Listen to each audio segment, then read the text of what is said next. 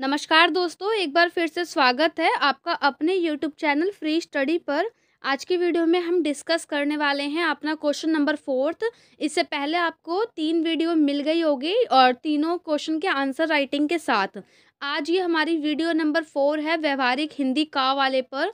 काफ़ी सारे बच्चों के पास 3rd सेमेस्टर में ये सब्जेक्ट होता है और काफ़ी सारे बच्चों के पास 4th सेमेस्टर में भी ये सब्जेक्ट होता है।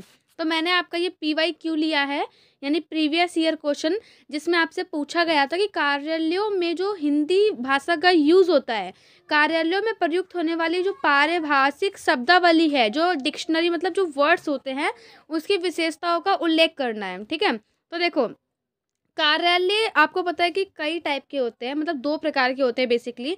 एक तो होता है गवर्नमेंट और एक होता है प्राइवेट। तो इस टाइप से आप पहले परिचय के अंदर लिखोगे, उसके बाद आपको विशेषता बतानी है। तो पहली विशेषता आप बताओगे स्पष्टता और संक्षिप्तता, यानी कि जो वहाँ पे जिन वर्डों का यूज़ किया जाता है हिंदी में, वो सारे वर्ड क्लियर होते हैं, मतलब क्लियरिटी के साथ, और एक छोटे शब्द का यूज़ किया जाता है जिससे सभी को सेम अर्थ समझ में आए। ऐसा नहीं कि आपको कुछ और बोल दिया, दूसरे एम्प्लॉय को कुछ और बोला है, तीसरे को कोई एम्प्लॉय, तीसरे एम्प्लॉय को कुछ और, नहीं। सारे एम्प्लॉय को एक ही शब्दावली का प्रयोग सबके साथ किया जाता है। तो वही लिखा है कि कार्यालयीय कामकाज में समय का बहुत महत्व होता है और समय को बचाने के लिए वहाँ पर संक्षिप्त यानी शॉर्ट टर्म के जो वर्ड होते हैं उसका यूज़ किया जाता है, ताकि कम शब्दों में अर्थ जो है वो व्यक्त किया जा सके। उसके बाद है अगला तकनीकी शब्दावली। कार्यालयों में विभिन्न प्रकार के तकनीकी उपकरण और सॉफ्टवेयर का उपयोग किया जाता है, इसीलिए कार्यालयीय शब्दावली में तकनीकी शब्दों का प्रयोग आम है।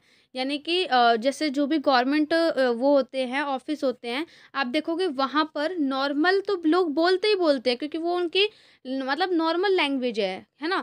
लेकिन आप देखोगे कि जब कोई ऑफिसर आता है या जब बाहर से कोई कस्टमर आता है, तो वो बहुत ज़्यादा प्रोफेशनल और एकदम टेक्निकल वर्डों का यूज़ करते हैं। जो वर्ड हमारे सॉफ्टवेयर में या जो हमारे टेक्नोलॉजी के टर्म होते हैं, उसी टर्म में बात की जाती है ऑफिस के अंदर। पहला तो टेक्नोलॉजी वाले वर्ड का यूज़ होता है, दूसरा ये कि जो भी वर्ड होंगे वो बहुत ज़्यादा शॉर्ट होंगे और जिसका जो अर्थ है वो बहुत मतलब क्लियर तरीके से निकले। उसके बाद है मानकीकरण, यानी कि स्टैंडर्डलाइजेशन जो होता है वो। कार्यालयों में कामकाज को व्यवस्थित यानी कि मैनेजमेंट के लिए वहाँ पर मानक शब्दावली का उपयोग किया जाता है।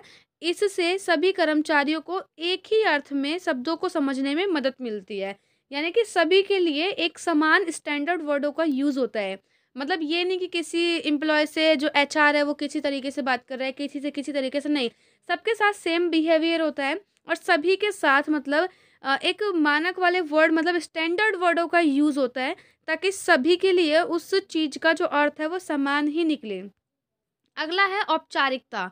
कार्यालयीय भाषा औपचारिक होती है, क्योंकि आपको पता है जो आप किसी ऑफिस में जाओगे या कहीं वर्क करोगे किसी डिपार्टमेंट में, तो ज़ाहिर सी बात है कि हम जैसे घर में बोलते हैं पानी लिया, एक खाना दे दे, मुझे खाना खाना है, तो वहाँ पे ऐसे वर्डों का यूज़ नहीं होता। मतलब ऑफिशियल तरीके से बात करते हैं कि मुझे पानी पीना है, इनके लिए पानी ले आओ। थोड़ा मतलब प्रोफेशनल तरीके से बात होती है और इसमें बोलचाल भाषा का जो प्रयोग होता है ना, वो होता तो है लेकिन कम होता है। जो हम डेली लाइफ में अपनी भाषा का यूज़ करते हैं अपने घर परिवार दोस्त के साथ, उसका यूज़ वहाँ पे कम करते हैं और औपचारिकता ज़्यादा रहती है हमारे बातों में।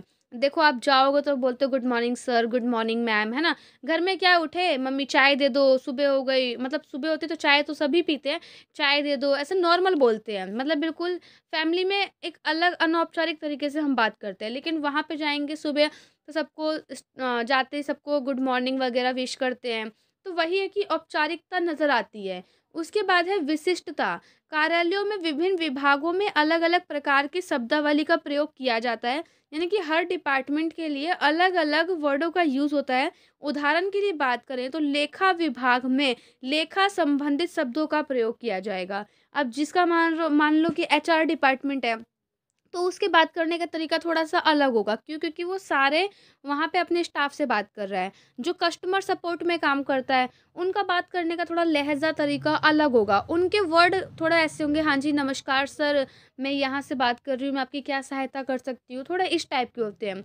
जो सेल्स में पर्सन होते हैं, क्योंकि उनका डिपार्टमेंट अलग है, तो उनके बात करने का थोड़ा जो है उनका जो टोन होगा या जो उनकी जो शब्दावली है वो थोड़ी अलग होती है कि गुड आफ्टरनून सर, बताइए क्या इन्फॉर्मेशन दे सकती हूँ आपको अपने बिज़नेस के बारे में, इस टाइप से। तो इसमें क्या है कि हर डिपार्टमेंट का जो वर्डिंग होती है, जो शब्दावली होती है वो अलग अलग होती है। उसके बाद है लिखावट। कार्यालयीय भाषा मुख्य रूप से लिखी जाती है, क्योंकि वहाँ पर आप देखोगे कहीं पे भी जाओगे किसी भी ऑफिस में ज़्यादातर रिटर्न में काम होते हैं, इसलिए इसमें लिखावट की शैली का भी ध्यान रखा जाता है। तो ये चीज़ है। तो बेसिकली आपसे जो पूछा था वो विशेषता पूछी थी, तो आप वही बताओगे कि शब्दावली के अंदर जो हम लोग वर्ड यूज़ करते हैं बहुत छोटे और संक्षिप्त वर्ड का यूज़ करते हैं, और मानकीकरण होता है उसके अंदर वर्डों के अंदर। इसके अलावा औपचारिकता होती है तकनीकी शब्दावली का, जो मैंने बताया आपको ये। तो आशा करती हूँ आपको जो ये वाला आंसर राइटिंग है वो समझ में आया होगा। उसके बाद आप निष्कर्ष लिख देना। देखो, ज़्यादा टेंशन लेने वाली बात नहीं है यहाँ पर, क्योंकि पेपर 2 घंटे का होगा और हिंदी लैंग्वेज है तो पेपर ईज़ी ही आएगा, ठीक है? इसीलिए मैं प्रीवियस ईयर क्वेश्चन करवा रही हूँ आपको, ताकि आपको एक मतलब नॉलेज हो जाए कि आपसे जो पेपर में क्वेश्चन पूछे गए हैं वो किस टाइप से पूछे गए हैं। अगर आपको वीडियो पसंद आई हो तो चैनल को सब्सक्राइब और वीडियो को लाइक कर देना। नोट्स वगैरह के लिए आप टेलीग्राम चैनल ज्वाइन कर सकते हो। टेलीग्राम का जो लिंक है वो वीडियो के डिस्क्रिप्शन में आप सभी को प्रोवाइड किया गया है, वहाँ से आप चैनल को ज्वाइन कर सकते हैं। मिलते हैं नेक्स्ट वीडियो में, तब तक के लिए जय हिंद, जय भारत।